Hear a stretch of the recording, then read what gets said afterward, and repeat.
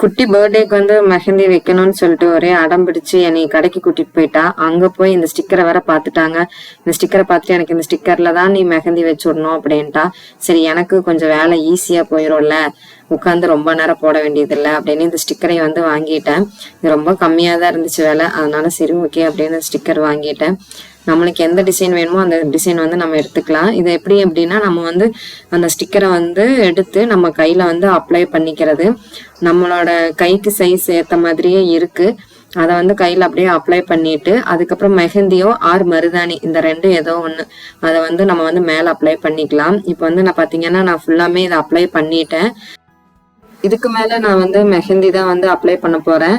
So இந்த மெஹந்தியை வந்து மேலே அப்படியே அப்ளை பண்ணிடலாம்.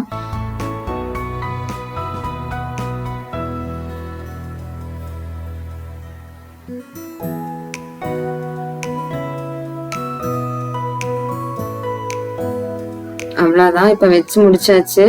அதுக்கப்புறம் வந்து காலில் வேற போடணும்னு சொல்லியிருந்தா. ஸோ காலையும் எல்லாம் போட்டு முடிச்சுட்டேன். 2 கால்லையுமே போட்டு முடிச்சுட்டேன். மேடத்துக்கு ரொம்ப ஒரே ஹாப்பி. அதுக்கப்புறம் எப்பம்மா காயும் அப்படின்னு சொல்லிட்டு இருந்தா. ஒரு வழியா காஞ்சிருச்சு. காஞ்சதுக்கு அப்புறம் நானே எடுக்கிறோமா அப்படின்னு சொல்லிட்டு அவன் வந்து எடுத்துட்டு இருந்தா. அது வந்து பார்க்கும்போது அந்த அச்சுல எப்படி இருக்கோ அந்த அளவுக்கு ரொம்ப சூப்பராகவே வந்துருச்சு. அந்த இடம் வலிச்சிருச்சு, அதனால அம்மா நீயே எடுமா அப்படின்ட்டா. சரி அப்படின்னு நான் எடுத்துட்டேன். அதுக்கப்புறம் கை கழுவிட்டு அவங்க சித்தப்பா கூட வெளியே போறேன்னு சொல்லிட்டு கிளம்பி போயிட்டா. கிளம்பி மேடம் இப்பதான் வர்றாங்க. வந்ததும் நான் வந்துட்டு சொன்னேன், சரி போய் கிளம்பி குளிச்சுட்டு வா, நம்ம வந்துட்டு இது கேக் வெட்டலாம் அப்படின்னு சொல்லியிருந்தேன். இப்போ வந்து கேசரிலேயே வந்து நாங்கள் கேக் பண்ணியிருக்கோம். பட் ஹாப்பி பர்த்டேன்னு தான் எழுத முடியல. சரி இருந்தாலும் பரவாயில்ல, பார்த்துக்கலாம். இப்போ வந்து இது வந்து கேசரி கேக், நாங்களே பேர் வச்சுட்டோம் கேசரி கேக்கு. கேசரி பண்ணி மேலே பூராமே பாதாம் வந்து தூவி விட்டுட்டு அதுக்கப்புறம் ஜெம்ஸ் மிட்டாய் வந்து எடுத்து மேலே வச்சுருக்கேன். அவன் ரொம்ப ஃபீல் பண்ணிட்டு இருந்தா, அதனால தான் இதுவே நான் அரேஞ்ச் பண்ணினேன். இப்போ வந்து பர்த்டே பேபிக்கு வந்து சர்ப்ரைஸ் பண்ண போகிறோம்.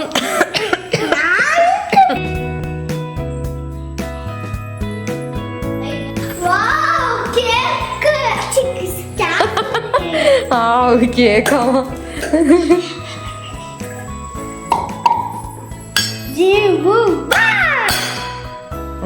ஓகே, கண்ணாடி எடுங்க சொத்தப்பள்ளி. கத்தி இல்லையே, நாங்க ஆக்சுவலா கேண்டில் எல்லாம் பத்த வச்சு நாங்க இன்னைக்கு பண்ணக்கூடாது. மேடம் லைட்டை போடுங்க மேடம், நம்ம தான் கேண்டிலே பத்த வைக்க கூடாதாச்சே. Okay, happy birthday to you, happy birthday to you, happy birthday to you Moulika, happy birthday to you. அட பாடு கசினி, சாப்பிடணும்.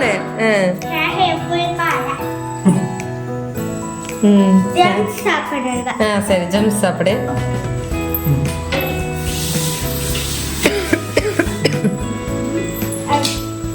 வச்சுக்கோ. Okay, happy birthday to you Kasini. அடுத்த மாசம் ஹாப்பி பர்த்டேவே நான் கொண்டாட மாட்டேங்க. இது பாத்தீங்கன்னா அப்படியே கேக் மாதிரியே சூப்பரா இருக்குது. கேசரிய வந்துட்டு மேல பாதாம் தூவிட்டு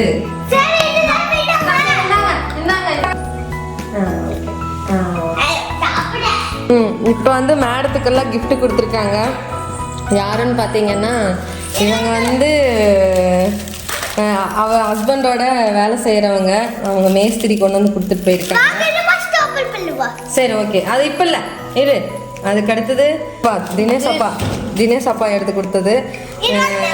இது வந்து என்னோட ஃப்ரெண்டு கொடுத்தது. அடுத்தது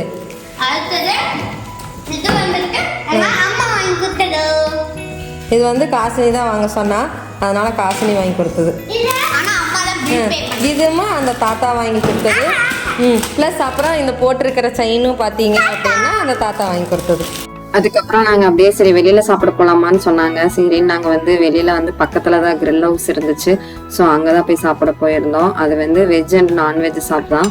நாங்கள் வந்து ஃபுல்லாமே வெஜ் தான் வந்து நாங்கள் ஆர்டர் பண்ணியிருந்தோம். சாப்பிட்டு முடிச்சுட்டு அதுக்கப்புறம் வீட்டுக்கு வந்துட்டோம். அவ்வளோதான், குட்டி பர்த்டே முடிஞ்சிருச்சு.